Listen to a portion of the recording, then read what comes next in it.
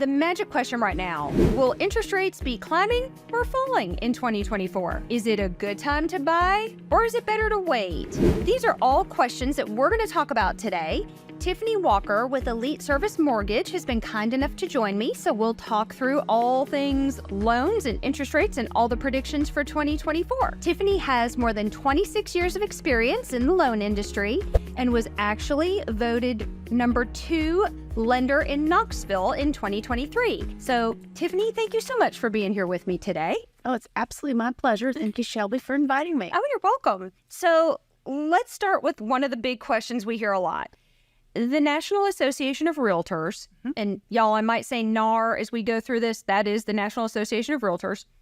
NAR is saying that the average is probably going to be around mid 7% range on interest rates for about the first quarter.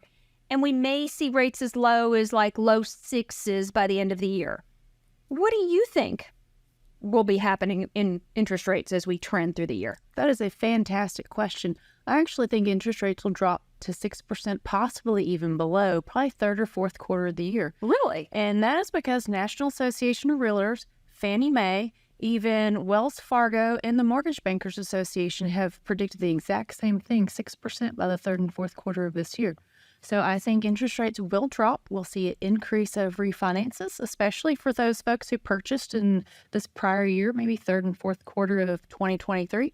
And then there's going to be a lot more buyers that are going to trickle into the market, which will increase home values, home prices. So I'd get in now before that happens. Okay.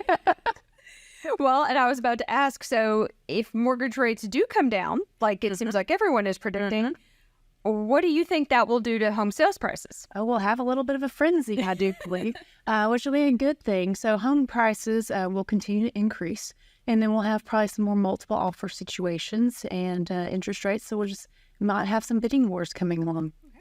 Well, let's talk about that a little bit, actually. I'm going to kind of jump to a question that we would have hit later, but that's perfect timing. Let's say that happens. Prices start going up, but the interest rates are down. So we do start having multiple offers and appraisal gaps. Let's talk a little bit about appraisal gaps and how common those were. Do you think we'll be seeing them again? What do you think will happen in that scenario? Yes, I do think we could see that again. So typically what happens if there's a multiple offer situation, you want to put your buyer's best offer on the table. So sometimes you might see above list price on their offers. And then also you might see an appraisal gap or an appraisal waiver. So what that means as far as the lending goes is your loan is based off the purchase price or the appraisal, whichever's lower. Right. So if the appraisal comes in less than the purchase price, then the buyer will pay for the difference. So they'll cover the gap. Okay. So that's a really good strategy to make their offer look better comparing to other offers that are on the table. Now, not all buyers are in the ability to do that. So exactly, if they can, that could make their offer look stronger. It's certainly something that we talk about. Okay. And this may be a question that there's not a one size fits all. Obviously, everybody's loan is different. But in general, is it better in those situations for a buyer to maybe back off the percent they're putting down to have the cash to cover that appraisal gap? Or does it vary so widely? That's not really a fair question. That is actually a really good question because we do discuss that. A lot of buyers, what if they're putting 20 or 25% down? Exactly. If the appraisal comes in lower, their out-of-pocket can still be the exact same amount. We would just adjust their down payment to less. We may add mortgage insurance or something like that, but they're still able to use the same amount of money they would have had regardless if the appraisal came up. Perfect. Do you think we'll see more buyers in the market in 2024 than we did in 2023? And if so, do you think there'll be any other impacts that we haven't thought about? I do think there'll be more buyers in 2024 because there's a lot of people have been sitting on the sidelines for probably a longer period of time than they really expected to because their families are growing, they're expanding, their needs change. Maybe their kids are going to college, so they're ready to move, downsize or upsize, but they've been stuck thinking, hey, we're at 2.5% or 3.5% interest rates. Well, we've seen interest rates as high as 8%, and now we're getting closer to 6%. They're going to feel more comfortable to get back into the market. So we're going to have more folks on the market, increased values. I do think we'll have more competition. For what it's worth, I tend to agree with you. I think I've had countless buyer clients make comments to me about, well, we're just going to wait it out. And we've had that same conversation of waiting it out can be great, but waiting it out can also mean you're going to see higher prices. You're going to see more competition. So if you can purchase now and we find the right house now, it's probably a better idea. I agree. To go ahead and buy it now. Refinancing is always an option. So according to NAR, the October 2023 data was saying that like 1 in 4 homes was selling for more than asking. So therefore, you're back into that appraisal gap situation. When you're seeing contracts coming in, I know we're still early in the year, so there's not been a ton of time since October, but are you seeing that many houses selling for over list? What are you seeing on the loan side? On the loan side, it really just depends on, is the house priced correctly? Because if the house is priced correctly, they are still going fast, and we are getting multiple offers on those. If a house seems to be overpriced, then I'm finding more seller concessions, seller paid closing costs, a little more negotiation on some of those if they've been sitting longer, because now they're ready to sell. Okay. So if you were advising a friend or family member and they were doing that kind of, do we buy now? Do we not? What do we do? What would you tell them? I would say absolutely buy right now. And the reason being is the cost of waiting. So if you buy now, if you can find something that you really like, go ahead and get it, because we can always refinance, restructure later. So for example, if you had a $450,000 house today, and then you're putting 10% down at 7%, you're looking at about $26.94 monthly payment. I laugh about. This is why you do numbers and I don't. Well, it technically is $26.94, but I gave us a range just to make sure. So that's at 7% principal and interest. Now, if you wait a year, that $450,000 house might be worth $485,000. Well, there's more competition, maybe bidding more, which might jack up the price a little bit more. So you're looking at a $500,000 purchase price, 10% down at 6% interest rate. So what if the rates drop 1%? Then the monthly payment is the same. About $3 difference. So then really you've just been building someone else's equity instead of your own during this period of time. The cost of waiting is you're going to lose out on at least $50,000 worth of equity. You can refinance and get a lower monthly payment, and then you would save over $3,200 if you refinance later versus waiting to buy later. Wow. Guys, this is why when folks ask me, hey, what should I do? I always say, please talk to your lender. They are more intimately involved with all these numbers in a way that you can figure out that cost. And I just say, I know it will cost. Yes. And I absolutely love numbers. So I am excited to have that conversation. I am happy to have that conversation. There you go. So let's look a little bit at refinancing. So 2024 rates drop a little bit. Is that going to be a good time to refinance? What should people kind of consider before they refinance? Is there like a kind of a rule of thumb? How much does that rate need to come down for it to be worth it? Or is it different for everybody? It is different for everybody. Another great question. So I think it is going to be a good time to refinance. The first wave of folks that will probably refinance are the ones that maybe purchased their house at the end of 2023. They have a little bit elevated interest rates, so they'll probably go into.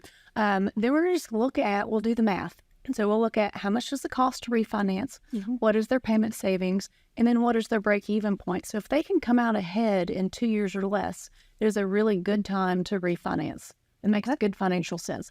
Or if you're wanting to do like a cash-out refinance, if you've got debt, student loans, debt's hitting a all-time high right now for folks. If we need to refinance all of that, save them on a monthly payment, that is also another good reason to refinance. So if I ever have any clients that are looking to do the numbers, I'm happy to provide them with that information to see if it makes sense for their situation. Perfect. Thank you.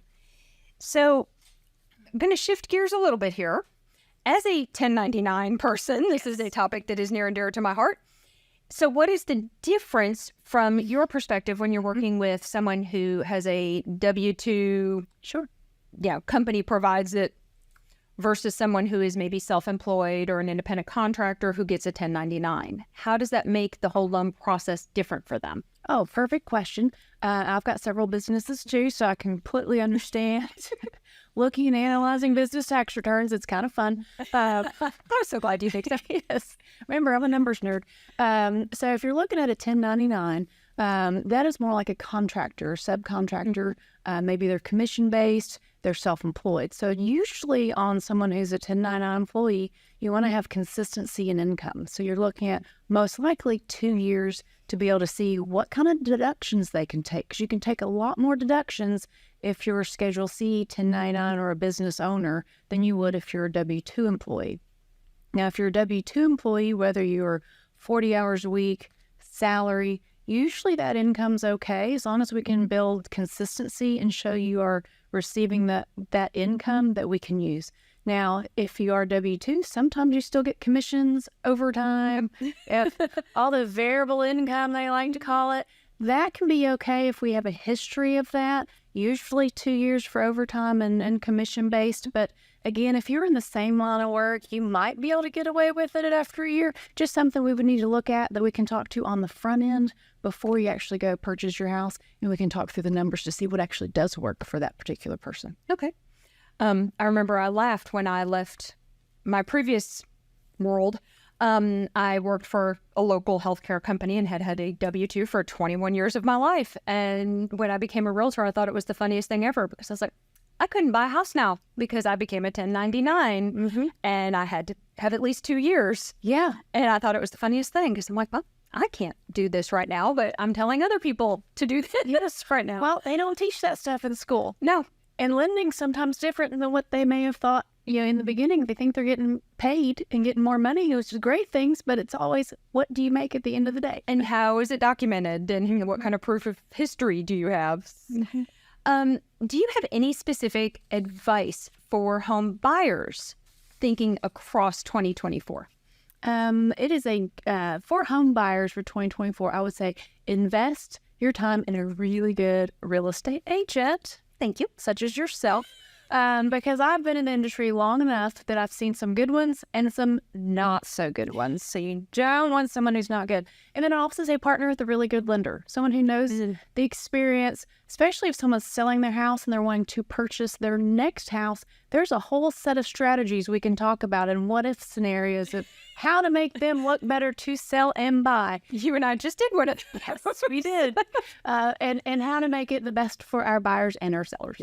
And side note, I really appreciated how creative you were and outside the box in your thought process to help those folks be able to go ahead and purchase before we were actually sold and closed on their current home.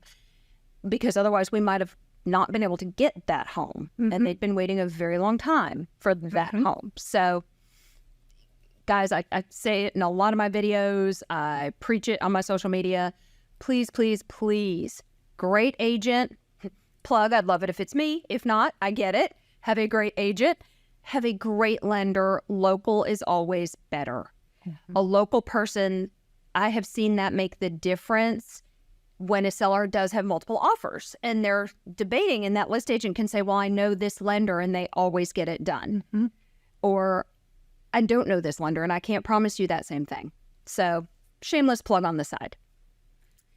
So from a lender's perspective, I know this is kind of maybe an unusual question, but would you have any advice for home sellers for 2024? On home sellers, same thing. Have a really good realtor who does a very thorough job, just like you do, to see and price the house correctly.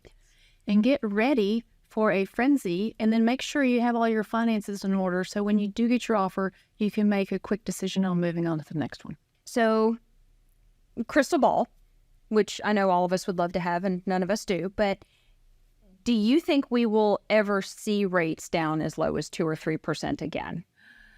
No. It's okay. I don't think we will either. I do not think so. Well, what happened is the government artificially held the rates low. They bought too much mortgage-backed securities and too many treasuries, and they kept the rates low for too long of a period of time.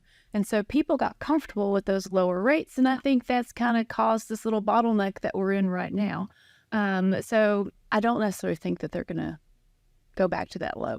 Well, when I bought my first house, it was 1999. And I think if I remember correctly, my interest rate was 8%. Oh.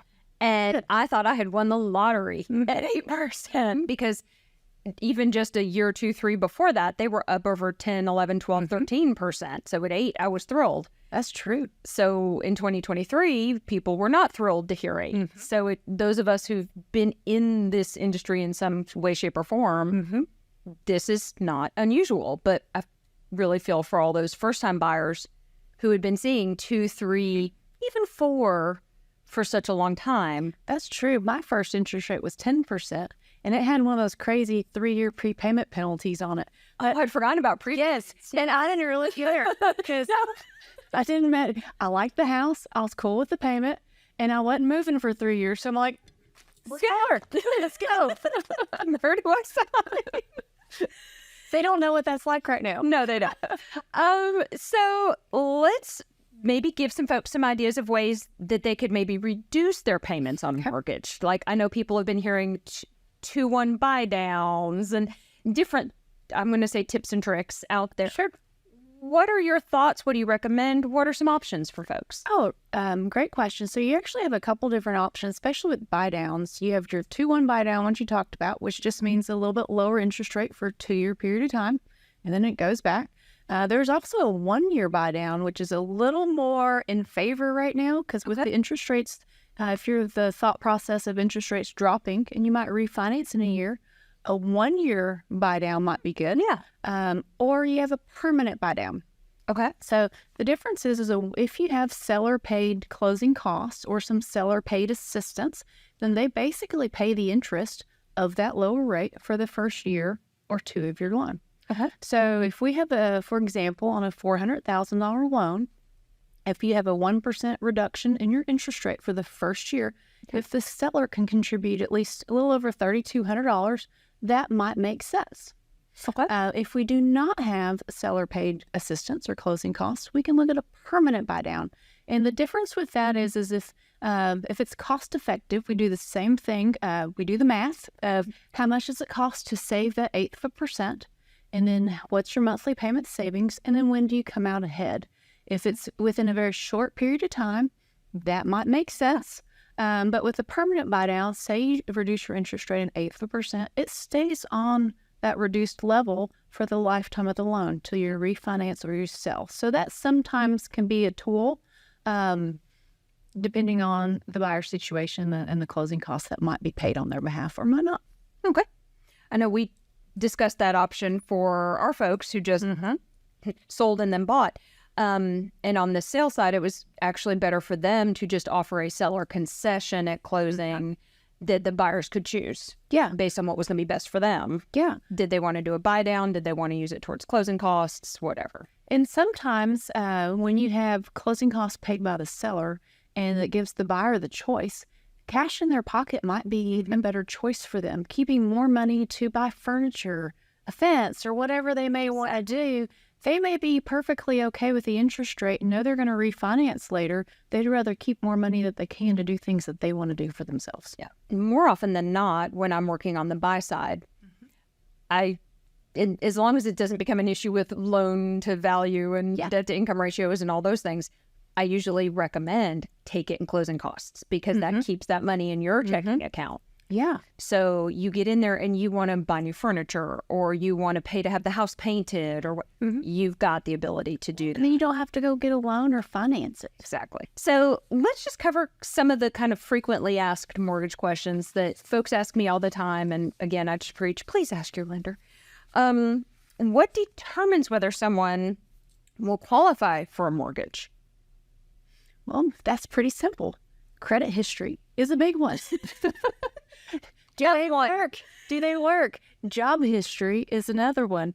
Debt to income is another big one. So those 3 things usually will determine if someone can get qualified for a mortgage or purchase their house. We can take applications over the phone. We can do it in my office. We also have online applications on our website to get started. So we can always check all those things out before they get started and see if they can get qualified. So, and know this next question, it's kind of contingent on loan type too, but what type of credit score do people need? Well, luckily, we have loans. FHA loans go down to 580. So it depends on what makes it a 580, but Okay. Wow. but you can. So obviously, the better credit score someone has, the more lending options they have. Okay. So we just want to take a look, see what options we are, talk about it, see if we can make something fit for them. Okay. And I laugh because this next question, I know you and I both get asked all the time. How much money should somebody save for a down payment? So if you're a first-time home buyer, we do have some loan programs that are 3% down. So I'd plan on 3 to 5% down, depending on the loan program that we do. We do have some 0% down loan programs for our wonderful veterans. We have VA loans. You know, near and dear to me. Yes, I'm a daughter of a 20-year Air Force veteran myself, so I love my veterans. But also USDA loans. Those are rural housing loans. Those are more specific to certain areas, so that's why it's always good to plan on a little bit of a down payment. If you don't use it, you can always use it for moving expenses and some other little things like that. We also have down payment assistance programs for certain buyers. Some of them are income specific, but that's certainly something that we look at, because if I can give someone some money to help them buy their house, I'd love to do that. So I know we chatted about this a little bit earlier, but just kind of a real short, sweet answer. When should someone consider refinancing? When should they call you to ask if it's a good idea? I love to have the conversation at any time to see if it makes sense, but it really just depends on their situation. Are they refinancing to lower their interest rate, maybe shorten the term? Are they wanting to lower the monthly payment? And then we do the math again of what's the cost versus the break-even point, and does it make sense for their situation? Sometimes the refinancing, we're just consolidating high-interest debt. We might save them several $100s a month or more, and that's huge for them because we can put more money in their pocket by refinancing a lot of debt into one monthly payment. So if someone has that question, let's talk about it and see if it makes sense for them. Okay. So a lot of people will, when they do a buyer consultation with me, they'll say, well, I can afford X amount per month. So what does that mean for a mortgage? And I just kind of glaze over and go, please talk to your lender. I can't answer that question for you. So when people say, how much mortgage can I afford? Do you have a good kind of general answer for folks on how to answer that? That's a really good question too. Typically, in general terms, I guess, a third of your monthly income is good. A good rule of thumb for mortgage payments, housing expenses, things like that. And it really just depends on what their debt, what their credit history might look like, because you really want to keep all your total debt under about 50% of their monthly income. So if you have someone who has really low debt, they might be able to afford a higher monthly payment or a larger priced house. Or if someone has a whole lot of debt, a lot of student loans, things of that nature, maybe they can't afford quite as much. So it really just depends on what their credit history, their income, maybe how much they're wanting to put down, and how we structure that for them. Okay, that's fair. A lot of people will say, well, how fast can I get a mortgage? And I usually tell them, guys, if you'll pick up the phone or go online, the pre-approval is usually very quick. Yeah. As long as you have your ducks in a row, I've seen them as the same day, sometimes the next day. Yeah. But can we break down for them that just expected timeframes on that pre-approval process, and then from that point to actually sitting at a closing table, what those timeframes look like? On the pre-approval process, when we're taking a look at that, we can do applications really fast online over the phone. I like to take a look at their income and their assets to make sure that the information they're telling me is actually true and correct. So our financing letters are actually accurate. Helpful. Most of my contracts, once we get those, are about 30 days. Okay. So we have closed a lot sooner if we've got the client's got their ducks in a row and we've got their financials on the front end, then we can close a little bit quicker. But on average, I always say about 30 days. I'm going to just ask a side question on that just popped into my head. I know when I first got into the industry about 7 years ago, 30 days was very common unless it was an FHA or a VA, in which case we were writing our contracts for at least 45 days. Are you still seeing that kind of a little bit slower process on FHAs and VAs, or have they gotten a little quicker? For us, we don't see any difference because our underwriters will underwrite all of them. Okay. So it's the same process regardless of the type of loan that we do. With the FHA and the VA, sometimes you have a little bit more stringent on the appraisal at that point. So as long as we don't have any problems with that, we should be closing just on time.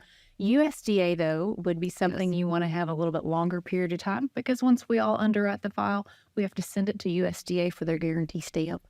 And sometimes that takes about a week. It just depends on what their turn time is. Oh, okay. Good to know. Another question I get asked all the time, and I'd like to check my own self too and make sure I have current data. How much should people plan on for closing costs? And I would love to kind of hear your thoughts on if they're using a loan, or if you know they're going to be a cash buyer, what would you advise? Sure. To kind of budget for? Usually your cash buyers, you don't have any of your lender costs or appraisal costs. So basically it's just deed stamps, transfer taxes, and some title company charges. So those costs are going to be kind of minimal.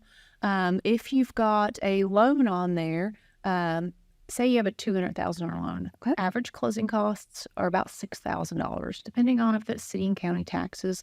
A lot of your costs are based off loan amount and purchase price. Yes. So about 2.5% to maybe 3.5% you can budget for. And that's something that I'm very detailed about at the very beginning. So we know what to expect, what they need at closing, so we have no surprises unless they're good surprises. That's fantastic. And it's good to know, because those are the numbers I have been quoting to my buyers. I'm thinking, I probably need to make sure that's still current. So I usually tell them expect anywhere from 2.5 to 3.5. And I tell them, base that off your sales price, not your loan amount. That way you're correct. Those are going to be two different numbers. Let's make sure you're covered. So really appreciate you doing this with me today and helping our folks that are out there watching. If somebody wanted to get directly in touch with you, what's the best way for them to do that? They can always reach out by email, Tiffany@EliteServiceMortgage.com. We also have our website at EliteServiceMortgage.com. We're also on Facebook, LinkedIn, so you can check us out on social media as well. And I'd love to have a conversation to see how I can help. Fantastic. Thank you so much. It's absolutely my pleasure. Thank you for inviting me. So if you are looking to buy or sell a home in the Knoxville area and you would like to be taken care of by a trusted advisor, please reach out and schedule a free consultation with me where we'll talk about your home needs in Knoxville. You can reach me by email at Shelby@brookshomegroup.com.